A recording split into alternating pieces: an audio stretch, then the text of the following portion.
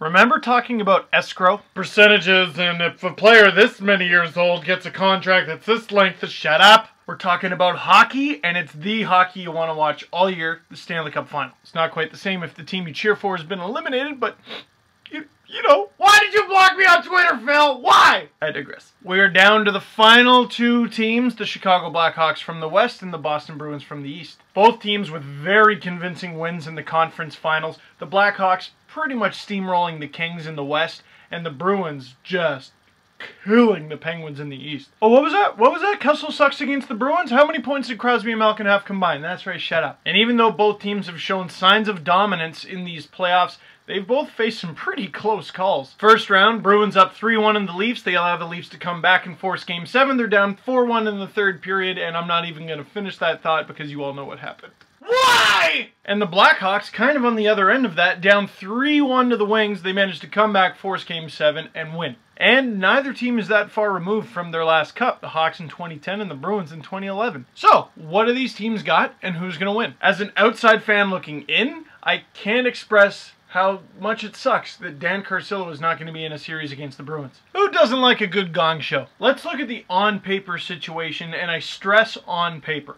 And here's why. Throughout the NHL, who is better on paper than the Chicago Blackhawks? I mean, the top award always has to go to the Penguins, right? Because Crosby, Malkin, and really after those two it doesn't matter because they have those two. But when you got a two-pair like Keith Seabrook and Taves Kane, and then the rest of that crazy team is the supporting cast, you might have to go with the Hawks being the best on-paper team in the league. If you don't think they're the best, that's fine, but I'd like to see an argument that places them outside of the top three. The Bruins, maybe after the Penguins, are probably the best on-paper team in the East, but I wouldn't put them miles ahead of really anyone. If they had an area they'd like to improve, it would probably be defensive depth, but it's really not that bad, and Tuukka Rask is playing out of his mind anyway. And the thing that excites me the most as an outside fan looking in with the Boston Bruins, it doesn't matter what it says on paper. Because paper does not account for crazy, and they can and usually do drive the other team crazy. And even if you give the Bruins the goaltending advantage, which I certainly would, Rask, better than Crawford, he's just been playing out of his mind. The rest of the Hawks team is better on paper. And if the Hawks played their best hockey, they should be able to beat the Bruins. But the Bruins have a knack for not only playing well themselves, but making their opponent worse. And they got a pretty talented but young team in Pittsburgh to make some stupid mistakes, and they crushed them. And I look at the Hawks and I just go, what are they going to do to Patrick Kane? What are they going to do to Duncan Keith? Refs are already watching him a little more closely because of some of the stuff he's done. What are the Bruins going to be able to do to Jonathan Toews, Captain Serious, who we've already seen go squirrely once or twice in these playoffs, and he hasn't really been producing what he should be. But I heard a quote that makes me wonder, are the Blackhawks preparing for this? Because they asked Andrew Shaw about Brad Marchand, and he was like, well, you know, I hope I can get to that level one day. I mean, he's a great player. Something like that. And I'm like, what? Oh, you might think that way now. Wait until 5 minutes into the first period of Game 1 when you get your first face wash and butt end to the nuts. Actually, just a little aside about Brad Marchand. That little guy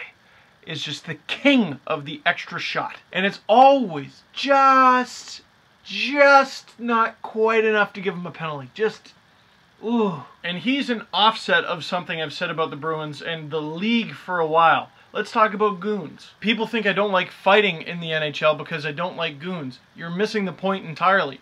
Goons fight, but they suck at hockey. But if you can fight and you're good at hockey, that would make you a more valuable player. No? Brad Marchand is a variation of that. Patrick Kaleta, one of the peskiest players in the league. He's so annoying. He's just a douche, and he draws a ton of penalties. Is he a good hockey player? No. Brad Marchand, in terms of peskiness, I'd put him right up there. He might even be higher, and he's actually good and can skate and can score and do things. Whereas Kaleta, outside of John Scott, I'm not sure why they give him a stick other than to poke people. Blackhawks fans, what I'm trying to say is if the Blackhawks are actually smart about it, they can beat the Bruins, and that means you win the Stanley Cup. Bruins fans, I know Leafs and everything, but I'm not trying to diss you. I just think that the Blackhawks are the better team, and I'm not trying to undermine how good the Bruins are. They're a fantastic team. They're in the finals, but I just think the Hawks are better. And let me contradict that by saying I could totally see the Bruins beating the Hawks. And I kind of alluded to this earlier, other than the mental game that's going to be played in the Stanley Cup Final, the goalie battle might be what decides this series. Rask has looked Tim Thomas-esque in this playoff run. In fact, he's been better than Tim Thomas. I think the main reason we give Tim Thomas so much credit is because he was exciting to watch because he was never in position and made saves that gave you cardiac arrest. You know, Rask uses his big body, take up space finish style, whereas Tim Thomas was just Corey Crawford, on the other hand, maybe hasn't been quite as consistent, but this is his chance to go, screw you, I'm here. And Corey Crawford never really gets his due. He was so big in that Hawks almost comeback of the Canucks when they were down 3-0 and they forced Game 7. He was so good for them, and I feel like no one talks about it because the Canucks ultimately won that series. And a Stanley Cup ring isn't the be-all and end-all of you being a great goaltender. I mean, look at Marc-Andre Fleury.